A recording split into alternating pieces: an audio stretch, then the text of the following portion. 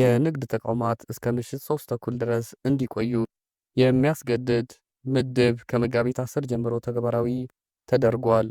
የአዲስ አበባ ከተማ አስተዳደር ንግድ ቢሮ ምድብ 185/2017 የተሰኘ የትራንስፖርት አገልግሎቱን ምሽት 4 ሰዓት ድረስ በመንገድ ዳር የሚገኙ የንግድ ተቋማት ደግሞ ምሽት 3 ተኩል ድረስ እንዲቆዩ የሚያስገድድ ምድብ ከመጋቢት 10 ጀምሮ ተግባራዊ ማድረጉን ይታወቃል።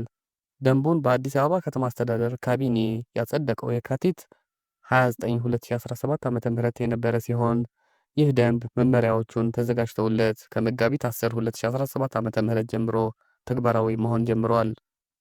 የንግድ ቢሮ ኮሚኒኬሽን ዳይሬክተር የሆኑት አቶ ሙሰማ ጀማል ደንቡ የሕግ ተጠያቂነትን ጨምሮ የገንዘብና በመጨረሻም ንግድ ፍቃድን እስከ መሰረዝ የሚያደርሱ ቅጣቶች እንዳሉት ተናግረዋል። የኮሚኒኬሽን ዳይሬክተሩ በዝርዝር ምን አሉ? የገንዘብ ቅጣቱ የመጀመሪያ ደረጃ ጥፋት፣ ሁለተኛ ደረጃ ጥፋት እያለ እስከ 5ኛ ደረጃ የሚያስቀጣቸው የገንዘብ ቅጣት እርከኞች አሉት።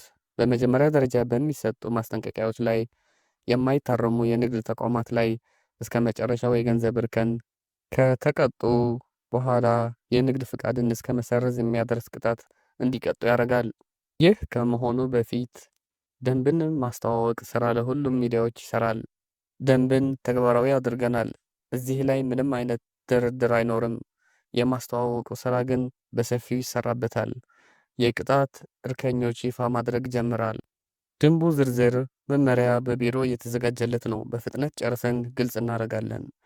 ሕጉ የሚሰራው የኮሪደር ልማቱ ያለባቸው አካባቢዎች ብቻ ሳይሆን በሞላው አዲስ አበባ በ11ዱም ክፍለ ከተሞችና ዋና ዋና መንገድ ላይ የሚገኙ ሁሉንም የንግድ ተቋማት ላይ ነው። የትራንስፖርት እንቅስቃሴን በተመለከተ ሁሉንም የግል ትራንስፖርት ሰጪ አካላትን ጨምሮ የሚመለከት ነው። ይህንንም መንገድ ትራንስፖርት ባለስልጣን ጋር በመሆን የጋራ ተፈጻሚ ይሆናል ብለዋል። አስተዳዳሪው የመጀመሪያ ደረጃ ገንዘብ ቅጣት እርከን ምን ይመስላል? ከምሽቱ 3 ተኩል በፊት የንግድ ተቋሙን መዝጋት 10 ሺህ ብር ያስቀጣል። ለተገልጋይ ሊያቀርብ የሚችለው አገልግሎት ወይም ምርት እያለው የለም በማለት ተገልጋይ እንዳይስተናገድ ማድረግ 10 ሺህ ብር ያስቀጣል። መንገድ ዳር ያሉ የንግድ ተቋማትና አገልግሎት መስጫ ተቋማት ከምሽት እስከ ንጋት ድረስ የተቋሙን የውጭና የውስጥ መብራት አለማብራት 7 ሺህ ብር ያስቀጣል። የህንፃ ፊተኛው ገጽ መብራት ወይም የፋስት ላይት መብራት ያለ መስቀልና ወይም ያለ ማብራት 5 ሺህ ብር ያስቀጣል። የንግድ ተቋሙ መግቢያ በር ዝግ ሆኖ አገልግሎት የሚሰጥ ከሆነ ክፍት መሆኑን የማያመለክትበት በኤሌክትሪክ የሚሰራ ምልክት ያለማድረግ 5 ሺህ ብር ያስቀጣል።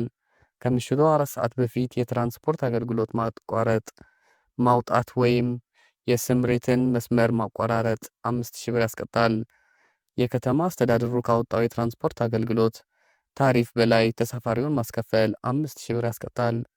ከገንዘብና አስተዳደራዊ ቅጣቶች በፊት ከምሽት 3 ተኩል በፊት የንግድ ተቋሙን ዘግቶ የተገኘ ነጋዴ የ24 ሰዓት የማስጠንቀቂያ ጊዜ እንደሚሰጠው አቶ ሙሰማ ጀማል ገልጸዋል። ደንቡ ሙሉ ለሙሉ ተፈጻሚ የሚሆነው ዝርዝር የአፈጻጸም መመሪያ ሲወጣለት ሲሆን አሁን ላይ የመመሪያው እየተዘጋጀ ይገኛል።